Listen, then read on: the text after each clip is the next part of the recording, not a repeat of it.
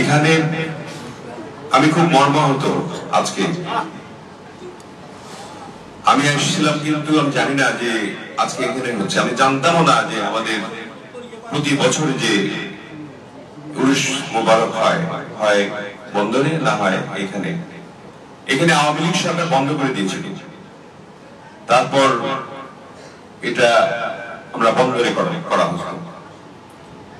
যেহেতু আওয়ামী লীগের ফ্যাসিস্ট সরকার নাই এবং এখানে ইসলামকে নষ্ট করার জন্য যে পায়তারাগুলি চলেছিল সেগুলি থেকে আমরা মুক্ত হয়েছি বলে মনে করি, এবং মনে করার কারণে এবার খুব সুন্দরভাবে একটা আয়োজন করা হয়েছিল। সেই আয়োজনটা কে ভণ্ড করলো আমার জানা ছিল না। আমি এখানে জানতে পারলাম যে কিছু সংখ্যক ইসলামপন্থী বা ইসলাম বিদ্বেষী, আপনারা কি বলবেন আমি জানি না, এখানে আজ পর্যন্ত আমি যতদিন এ বাবার মুরিদ, ততদিন আমি কোনোদিনও শুনি নাই আল্লাহ এবং রাসূল ব্যতীত অন্য কোনো বয়ান। এবং এখানে পবিত্র ইসলামে যা যা করণীয় রাসূলুল্লাহ সাল্লাল্লাহু আলাইহি ওয়াসাল্লামকে অনুসরণ করার জন্য সবকিছুই তিনি বললেন। এখানে কোন ধরনের অন্যান্য জায়গার মতো অন্যান্য অনেক পীর সাহেবদের কথা শুনেছি যারা ভণ্ডামি করে, প্রকৃত সুফিবাদ অনেক পলিটিশিয়ান। আমি তো রাজনীতি করি, 17 বছর আমাদেরকে কষ্ট করতে হয়েছে। আমি বিএনপি রাজনীতি করি, বিএনপির কোষাধ্যক্ষ। আমি এখানে কেন আসি? আমি ইসলামের বয়ান শোনার জন্য আসি। আমি মানুষের ভালো হবে এই ধরনের যে ইসলামিক নির্দেশনা সেগুলি শোনার জন্য আসি, যে নির্দেশনার মাধ্যমে আমাদের সারা বাংলাদেশের মানুষ মহান আল্লাহ তাআলা এবং প্রিয় রাসূলের যে বাণী সেগুলি শুনে তারা শুদ্ধিকরণ আনবেন তাদের মধ্যে। আত্মশুদ্ধির জন্য তিনি যে বক্তব্যগুলি দেন সেই বক্তব্যের মধ্যে কোন ধরনের ত্রুটি আমি আমার চোখে আজ পর্যন্ত পড়েনি। কাজে যারা এটাকে অন্যভাবে নিয়েছেন তাদের উদ্দেশ্যে বলতে চাই যে হট্টগোল করে বাংলাদেশের বিভিন্ন ভাবে এই অস্থিরতা আনয়ন করার জন্য যারা আপনারা নিয়োজিত রয়েছেন, আপনাদেরকে সাবধান করে দেন। আগামী জাতীয় সংসদের পরে, নির্বাচনের পরে যদি এই ধরনের বিশৃঙ্খলাকারী কেউ থাকেন তাদের আইনের আওতায় আনা হবে। আমরা চাই সবাই এখানে বাংলাদেশ যার যার ধর্ম শেষে পালন করবে, যার ইচ্ছা যে যেমনি চলেন।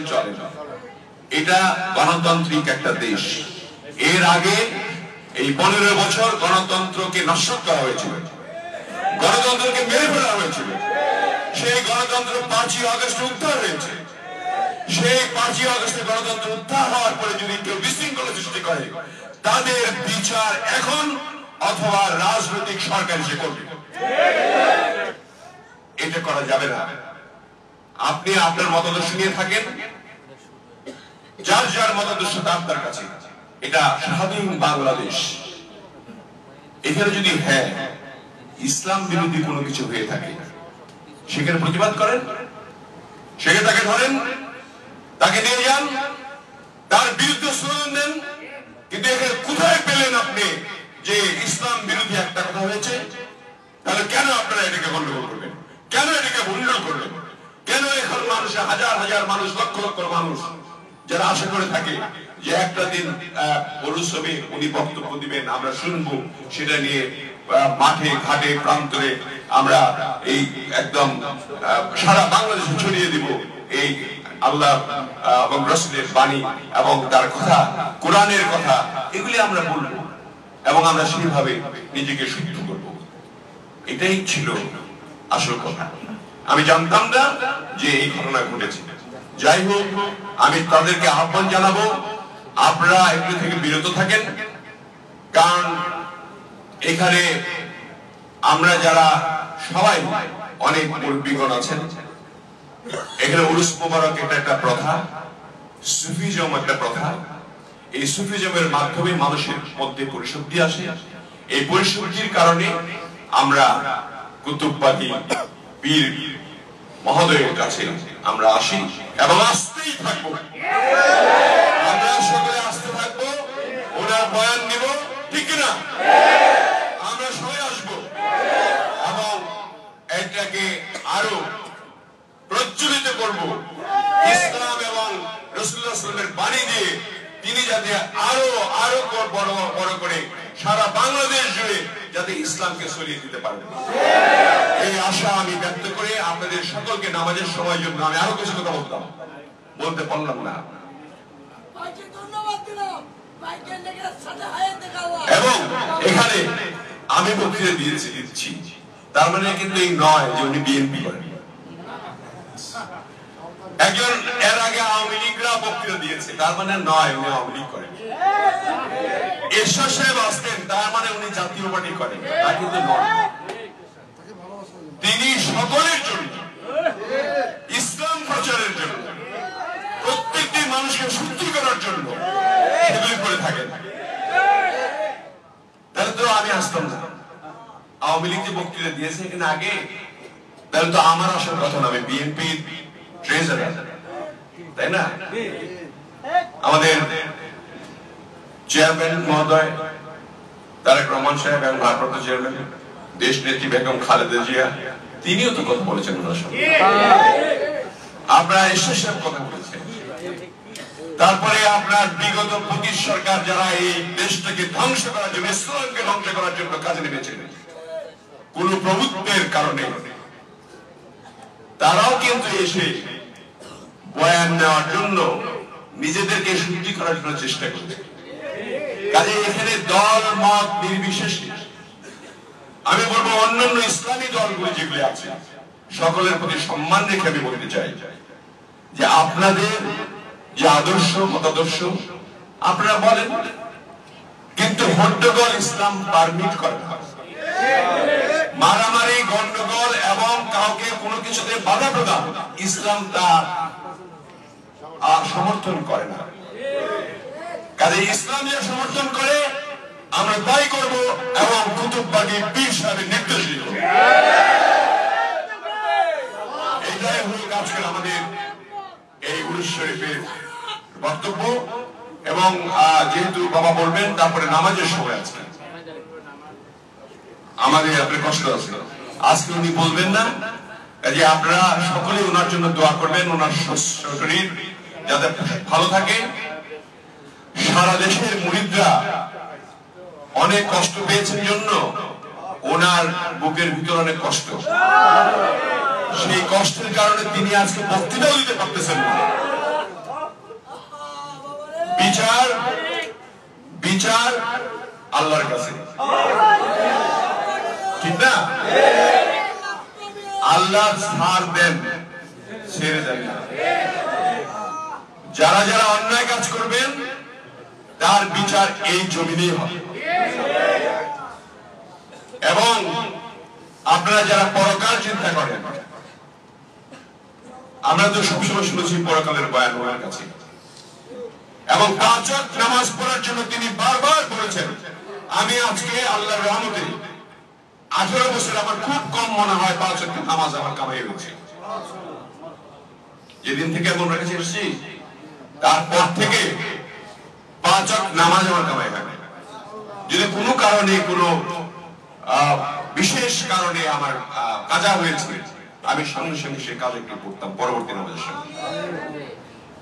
আমরা তো এই শিক্ষাই পাই ওনার কাছে, এবং এই শিক্ষাটাই পাওয়া উচিত। এই শিক্ষার জন্য যারা ভণ্ডামে এই আপনার তকমা দিয়ে যে কাজগুলি করেন, আমি বলবো তারাই বলে। আমি দেখেন এখানে অনেকগুলি ইসলামী দল আছে, আমাদের সঙ্গে যুগপৎ আন্দোলন করেছে, আমি রাজনীতির কথা বলছি, আমরা তাদের সঙ্গে আন্দোলন করিনি, তাদেরকে নিয়োজিত করেছি। তো ইসলামের বিরুদ্ধে যারা বলবে তাদের বিপক্ষে আপনারা থাকতে পারেন। আমরা কিন্তু ইসলামের বিরুদ্ধে যারা বলে তাদের বিরুদ্ধে যারা রাজনীতি করি, কারণ দেশ নিয়ে চিন্তা করা, এই দেশটি সবার, হিন্দু, বৌদ্ধ, খ্রিস্টান, মুসলিম এবং অন্যান্য বিশ্বাসী অবিশ্বাসী সকলের জন্য এই দেশ, এবং দেশকে শান্ত রাখার দায়িত্ব একটা সরকার। ডক্টর ইউনূস সরকার উনি বলেছেন তিনি শান্ত রাখার জন্য যা যা করা দরকার তাই করা উচিত, আইন শৃঙ্খলা পরিস্থিতি ঠিক করা উচিত। আর যদি না করতে পারেন তাহলে অতি শীঘ্র একটা নির্বাচন দেন, যে নির্বাচনের মাধ্যমে জনগণের সরকার প্রতিষ্ঠিত হবে এবং সেই গণতান্ত্রিক সরকার সকল ব্যবস্থা করবে। আমরা আশা করি আমরা বাংলাদেশে শান্তি ফিরে পাবো, আর কোন প্রভুত্ব নয়, বন্ধুত্বের মাধ্যমে সমস্ত বিশ্বের সঙ্গে আমরা তাল মিলিয়ে আমাদের ইসলামকে আমরা প্রতিষ্ঠিত করব, প্রচার করব, এবং আমাদের যার যার কর্ম নিয়ে আমরা মৃত্যুবরণ করব, এবং যার যার কর্ম ফল আল্লাহ তাআলার কাছে পাওয়া যাবে, এখানেও পাওয়া যায় ওইখানেও পাওয়া যায়। এখানে আপনি হয়তো মনে হয় দীর্ঘ সময় লাগবে, দেখেন বিগত সরকার 15 বছর ধরে ঠেলে চলেছে, কিন্তু একটা সময় তাকে যেতে হয়েছে। একজনকে বাড়ি থেকে বের করে দিয়েছেন, আপনি দেশ থেকে বের হয়েছেন। এই হলো বিচার, আল্লাহর বিচার। কাজে আজকে আপনি ভাঙবেন, কালকে আপনি নিজে ভেঙে চুর মারবেন। এগুলি হলো আল্লাহর বিধান এবং বিচার। তিনি সূক্ষ্ম বিচারক, মহান আল্লাহ তাআলা সৃষ্টিকারী, আমাদের জীবনদাতা, পালনকর্তা, রূহ ফুঁকে দিয়েছেন আমাদের, সকলের বুকে আল্লাহ রূহ ফুঁকে দিয়েছেন, তাই না? আমরা কোরআন শরীফ যারা পড়ি এবং তার তর্জমা জানি, আমরা নিশ্চয়ই বুঝি যে আমাদের মাতৃগর্ভে আসার পরে যখন আমাদের কর্মে আল্লাহ তাআলা নিজে রূহ ফুঁকে দেন। কাজেই আমরা আমাদের পালনকর্তা, আমাদের সৃষ্টিকর্তা এবং আমাদের প্রিয় রাসূল সাল্লাল্লাহু আলাইহি ওয়াসাল্লামের বাণীর বাইরে আমরা কোনো কাজ করব না, এবং কুতুববাগ থেকে এই ধরনের কোনো বয়ান আসবে না। কাজেই সকলকে ঐক্যবদ্ধ হয়ে আগামী, উনি যে কথাটা বলেছেন, আজকে বুকে ব্যথা নিয়ে উনি কথা বলতে পারছেন না, আগামীবার যাতে, যদি এবার 50,000 লোক হতো বা 1 লাখ লোক হতো, আগামীবার যদি 10 লক্ষ লোক হয় সারা বাংলাদেশ, আমরা এই ব্যবস্থা করবো ইনশাআল্লাহ। আমাদের সাংবাদিক ভাইদের অনেক ধন্যবাদ, আপনারা আসল জিনিসগুলো তুলে ধরলেন। সকল পীর এক নয়, আপনাদেরকে বিবেচনা করতে হবে। কোন একটা ছিল, আমি নাম বলবো না, রাসূলুল্লাহ সাল্লাল্লাহু আলাইহি ওয়াসাল্লামের আত্মীয় গুলো চালাই গেছে, সেগুলি শিরক, এবং এই শিরক যারা করবে তাদেরকে আল্লাহ কখনো ক্ষমা করবেন না। আমরা হয়তো ক্ষমা প্রাপ্ত হবো প্রিয় নবী হযরত মুহাম্মদ সাল্লাল্লাহু আলাইহি ওয়াসাল্লামের উম্মত হিসেবে, কিন্তু যারা শিরক করবে তারা জীবনেও ক্ষমা প্রাপ্ত হবে না, নিক্ষিপ্ত হবে জাহান্নামে। কাজেই আমাদের মনকে পরিষ্কার করে, এবং যারা আজকে অকাণ্ডটা করলো তাদের জন্য আপনারা দোয়া করবেন, যাতে করে তাদের প্রতি আল্লাহ হেদায়েত দেন, হেদায়েত প্রাপ্ত যাতে হয়ে তারা সকল কাজ চিন্তা ভাবনা করে করেন। আমারও তাই একজন রাজনৈতিক নেতা হিসেবে আমারও তাই আবেদন থাকলো। এই বলে আপনাদের সকলকে আমি আমার অন্তরের অন্তঃস্থল থেকে ধন্যবাদ জানিয়ে এবং সালাম জানিয়ে আমি বক্তব্য শেষ করলাম নামাজের জন্য। আসসালামু আলাইকুম ওয়া রাহমাতুল্লাহি ওয়া বারাকাতুহু।